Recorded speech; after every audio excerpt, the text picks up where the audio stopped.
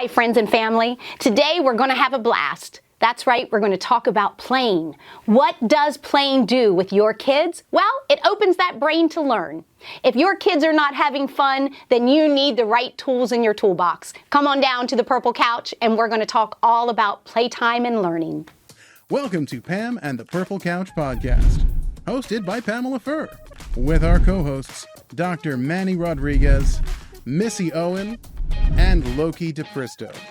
Together, we're going to dive deep into topics such as education, neurodiversity, autism, and applied behavioral analysis. Remember to click subscribe today so you don't miss out on any future episodes. Hi, friends and family, and welcome back to the Purple Couch podcast.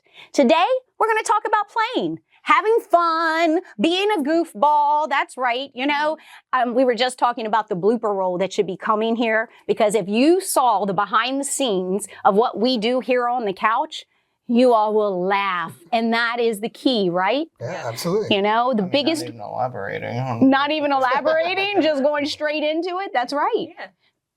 Right?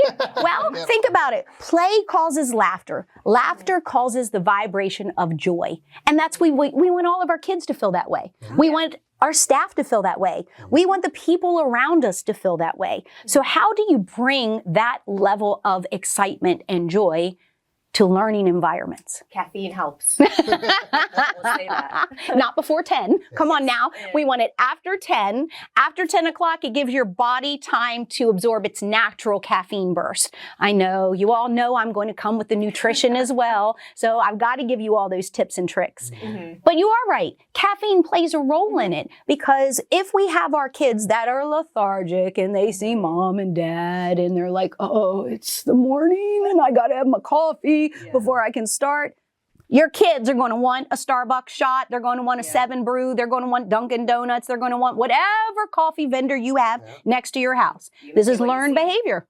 Yep. Right? We also have the kids that have the levels of energy, right? And depending on your level of energy and theirs, play could look very hard to do and or in different ways, right? So we have a kid in our early intervention that seems to play in slow motion. Yeah. Everything's in slow motion. So nice. Example is he loves puzzles. He's our puzzle master in our building.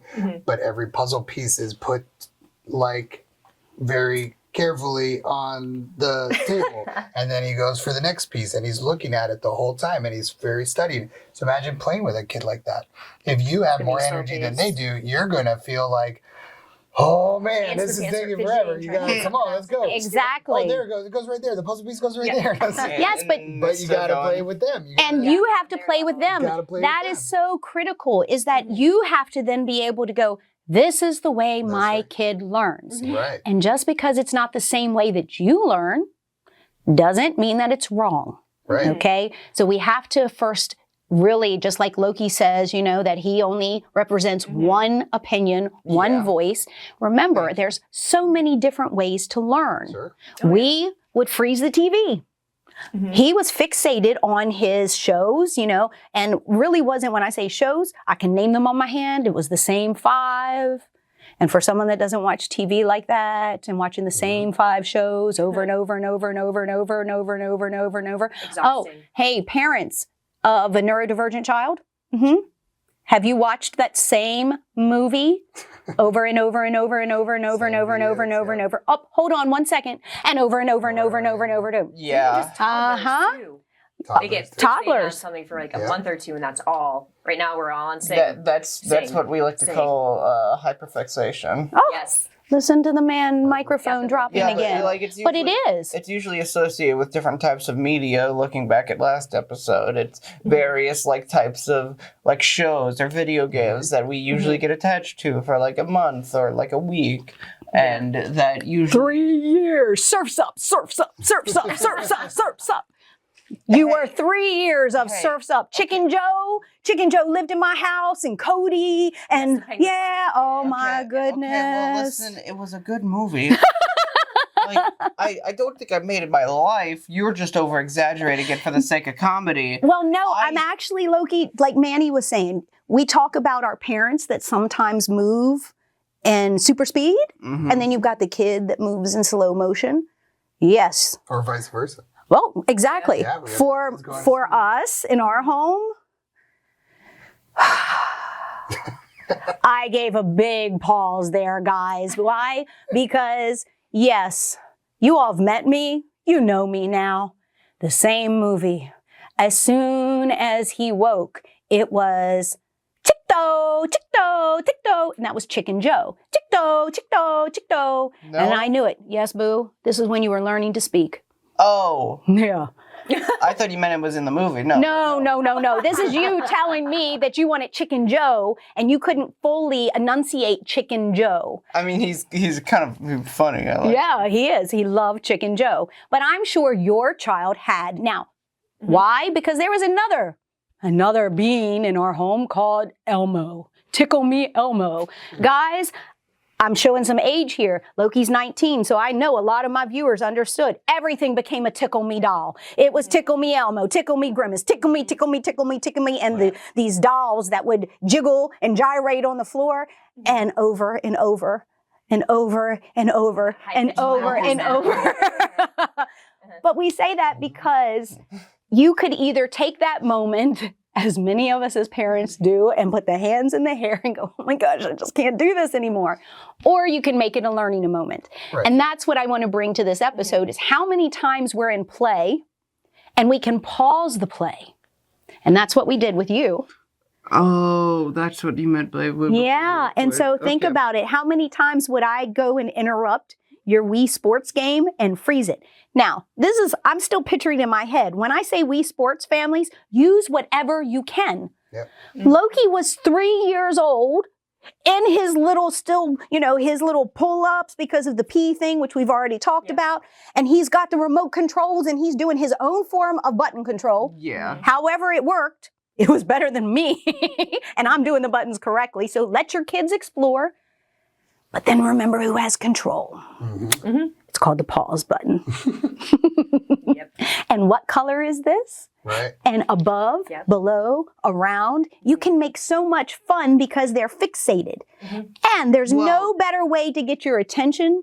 They're less fixated and more so wanting to get the thing done because they know that you already, when I was little, I knew that there was a little sublimity where if I get the task done, I could go back to my normal routine. So you're very motivated. He was motivated, reinforced with his favorite thing in the world. And that's what I'm trying to tell you parents. That's how you do it also without having a time limit at all. Yes. That's how you do it without saying hey, okay, you quick pause real quick, I need you to do something. Because listen, that whole pause thing made way for subliminally helping with chores if you're in the middle of a game. And this could even be implemented in the later years of the child when they're trying to play an online game. Yes. And the parent knows that they cannot pause the online game, so give them a minute or two and they'll come down. Oh, I love that. Because what you did was set me up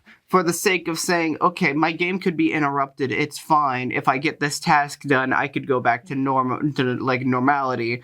Because if I didn't have that, then I would just not want to do the task in the first place because I would not want to stray away from the game. Yeah. So preparation for it. we don't pre-record these, and I'm taking a moment as a mom. You're all going to see me. I'm tearing up because. And it's not because of the lights. No, Dropping in the sunshine. it's not because of the lights. It's because you could not have formulated that, and not just an academic, but also in a clinical level, that I am so proud of you. Because you were able to see the learning moment and then how to take that and incorporate it into later years. Yeah. And as a parent, that's all we're trying to do. Oh, yeah. We have to remember as parents, especially with play, as a society, we've moved so far away from letting our kids have fun. And our kids are 5 or 6 years old, and we're telling them how to eat, how to move, how to sleep, how to learn. Not to mention the amount of homework they get at school. Oh, Correct. Kindergarten, first grade, second grade. It's too much. It is. It's too much. There's no time to, and at school they don't have time to play And then typically. they wonder why the kids come home and they're exhausted and they want to fight for their 1 hour of video game Yes. or whatever, their 30 minutes of time, free time. We forget that through play, we learn to socialize. Oh, yeah. Through play, we learn to be human beings as a society together. So parents, please do not limit the play. But that also means sometimes you have to get on the floor and play with them. A thing that a lot of children, and I can say this because we faced this, was Loki had a hard time with imaginative play. And a lot of our children on the neurodivergent spectrum also do. They are very concrete learners. So what do I mean by that? If I can touch it, if I can touch this, if I can hold it in my hand, then it is there. But to pull from the abstract, meaning if I have one block and I have one block, I can easily understand that together they make two. But if I'm asking a child, well, where do you think the little mushroom is going to go once Mario hits it? They're going to look at you with the daze. Like, you're speaking a foreign language. I have no idea what you're talking about. They can't visualize it. Yes. Yeah. Yes, because that's to be able to pull it from outside of their physical space. So for us, I had to record myself. You know, we didn't have cell phones then, so it was pull that big old camera out, put the JVC tape in it, and I sat on the floor with his toys. And I emulated exactly what he was supposed to do. And I would let him watch it. And not, here, you have to watch mom playing. No. When he was in his own world, you put that on the TV in the background. Not the nonsense that we just allow to play and we're not paying attention. Oh, yeah, no. We'll call back to previous episodes. YouTube. Yes, exactly. Don't let that just be the noise in the background, because it's not. The subconscious of your child is picking up on the noise in the background. Yeah. So be very cautious of what is around in the environment. Yeah. Well, we call that natural environment teaching. Yes. Right? So playtime is really a learning opportunity, like you said. So depending on the skill, depending on what age your child is, will depend on what you want to teach. Absolutely. My 3-year-olds are, we're on the potty training phase, right? So the little girl is doing great. The little boy, not so much.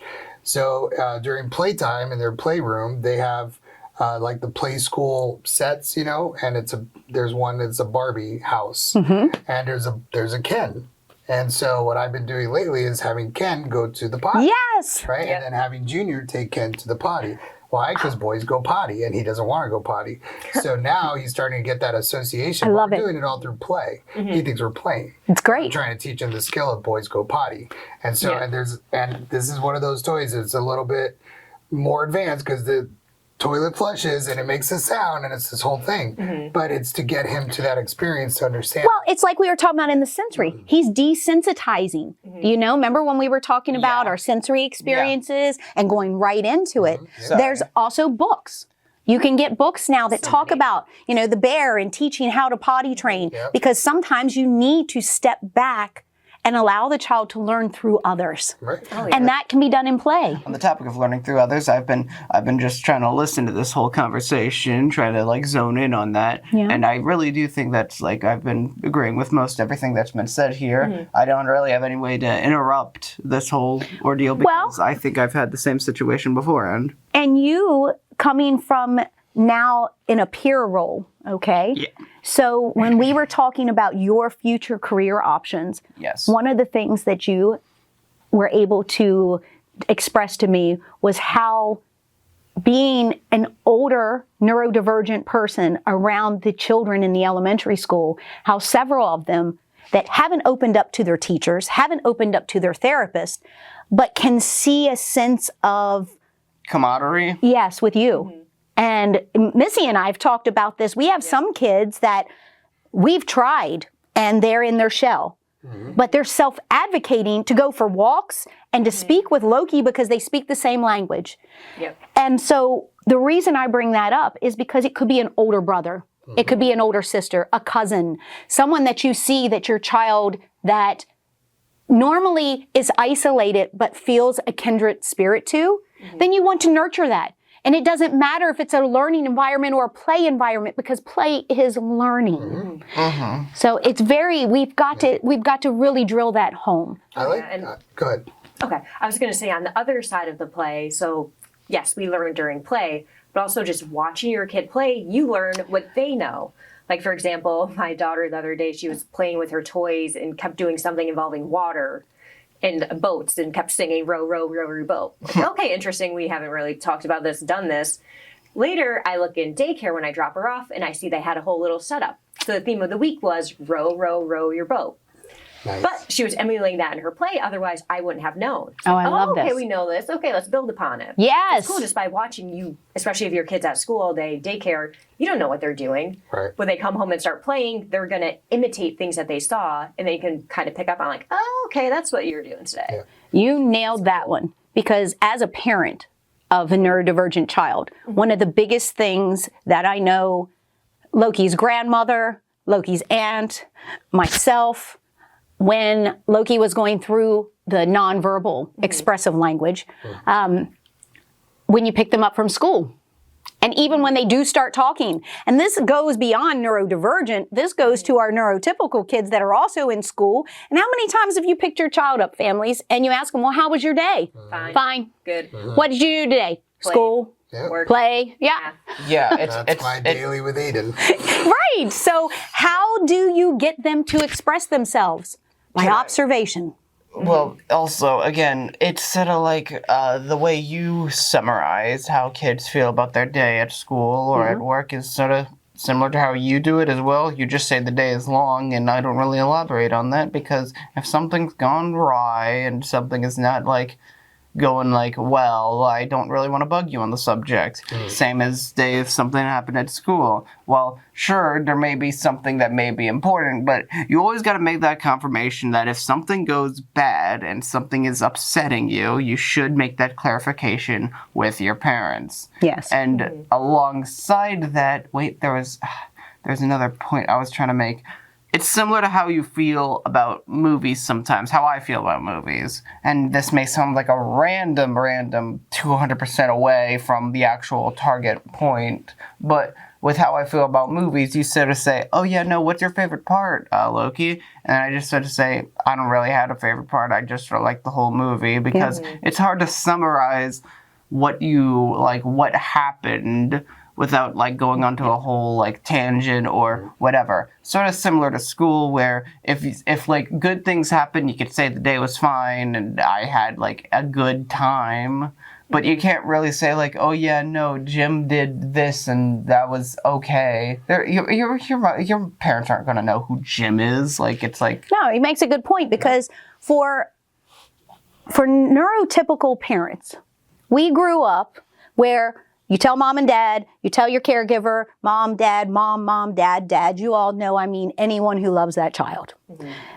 We grew up where, nope, it was, we went to school, here's our homework, we're going to sit down and do the homework, and then after the homework, then we have our chores, and then after chores, it was all very regiment structured, or it was latchkey kids, where we didn't have the video games because we had the wash to do, the dishes to do, the laundry. You get where I'm saying?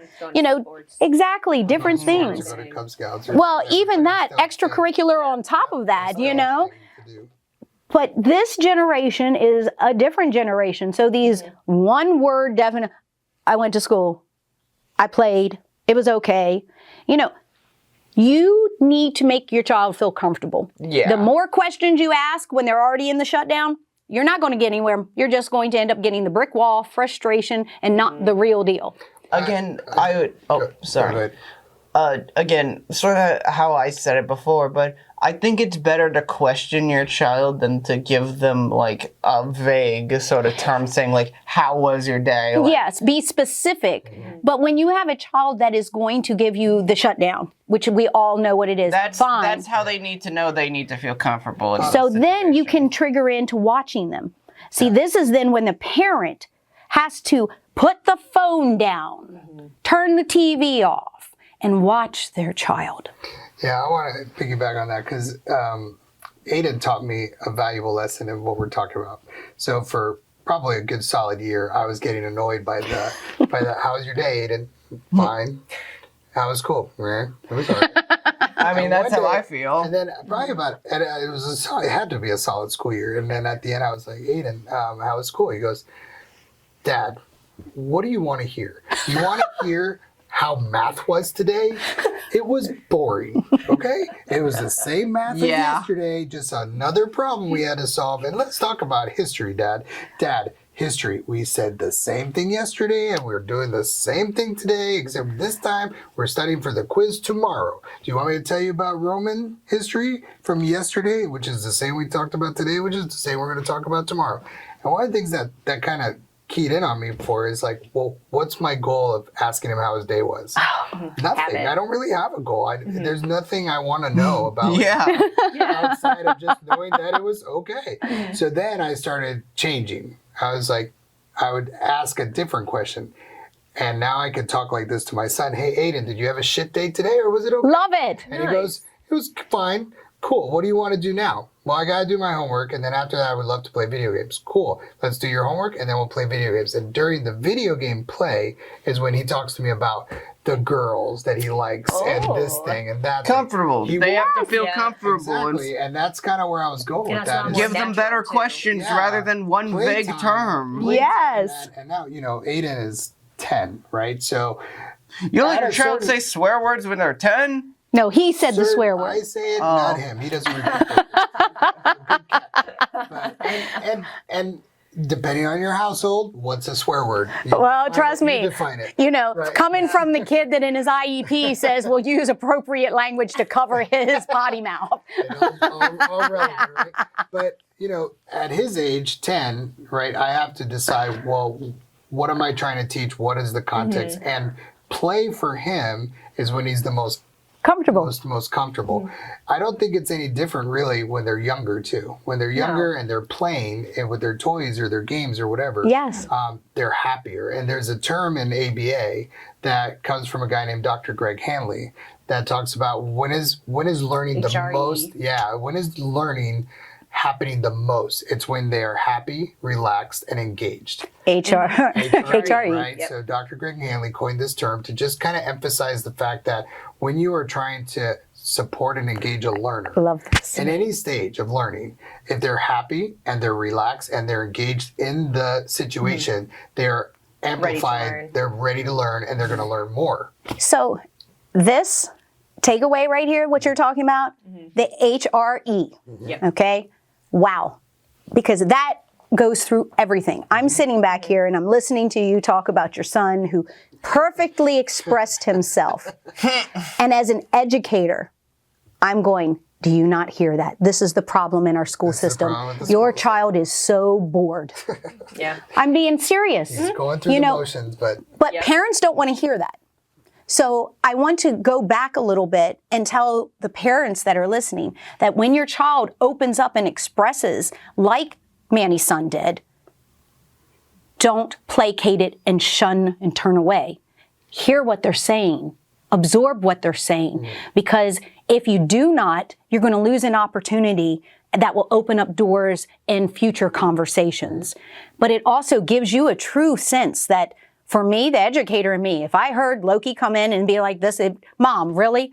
So here we go about Roman history. Here we go. For me, I would go, okay, what is my kid learning? Where is he going to take this information? Where are you going to go next? And when I would hear that discouragement, and I think you can say, as we've had these conversations, I've looked at Loki and been like, all right, Loki, this is just a box you got to check. It's part of going to school. You probably will never use it again. But we became more aligned where I could then say, hey, Aiden, I get it. Guess what? There are going to be more classes that are going to suck just like that, but I'm so proud of you because you got through it. And that's what we need to do. When was the last time you told your child you were proud of them? Just for dealing with the mundane day-to-day. We get a paycheck. The checklist. That is school. All of us go to work. We get a paycheck. Otherwise, we wouldn't go to work. You're going to work because you're getting a reinforcement. Sometimes the reinforcement that your children need is not a video game, is not a toy. It's free. Every single one of us can do it. I'm so proud of you. You have surprised me by just the emotional growth you showed me today. That little conversation there, though, you may not think it's worth more than any video game that you can give your child. It'll go with them forever. Words stay with these children. They stay with us. And you can build that into play. Talking about emotions, talking about how proud you are, the fact that they're learning different things like words, sentences, deep emotional connections, how to deal with conflict, all those things, depending on what age. During play, you can use that. Absolutely. Okay, so like Loki said last time, this is something we're going to add to our podcast. Oh, boy. It is the tip and the trick that you're going to take away from today. So what our goal is in this segment of the podcast is to summarize a tool to put in that box. So as we've been talking about through these seasons, is we are building your toolbox. So Missy, we're going to start with you today. When we talk about play, what tool are you giving our parents to take home with to put in their toolbox? So my tool would be to follow your kids' play. So that's something we call an ABA pairing, that you follow the kiddo's lead. Because it could be that the way I would play, I'm going to get my doll set up, they're going to have a theme, we're going to go to school, it's going to be very functional.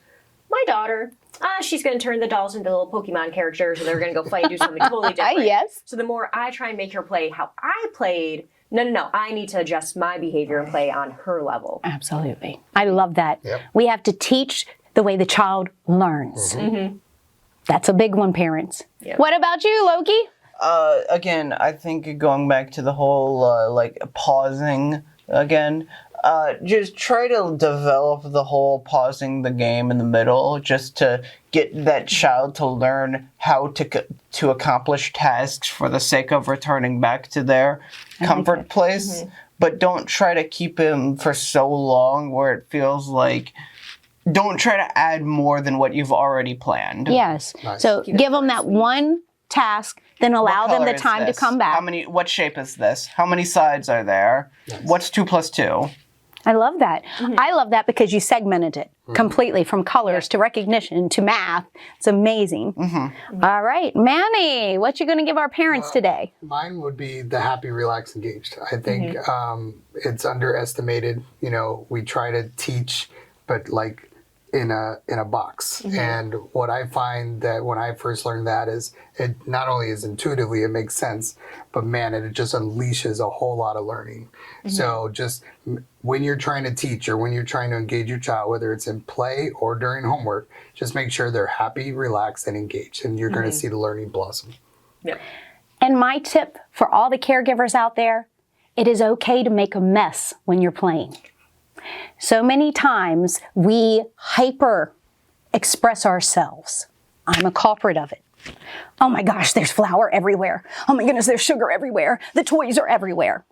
So teach the child how to clean up. You know, if you can teach them how to make the mess, you can teach them how to clean up and make it fun. Then you're not exhausting yourself cleaning up all the toys after you've had a great day. Exactly. And that's our goal. Through play, we're going to build independence. And isn't that what we all want? So guys, from our home to yours, we'll see you next time on the Purple Couch. Bye guys.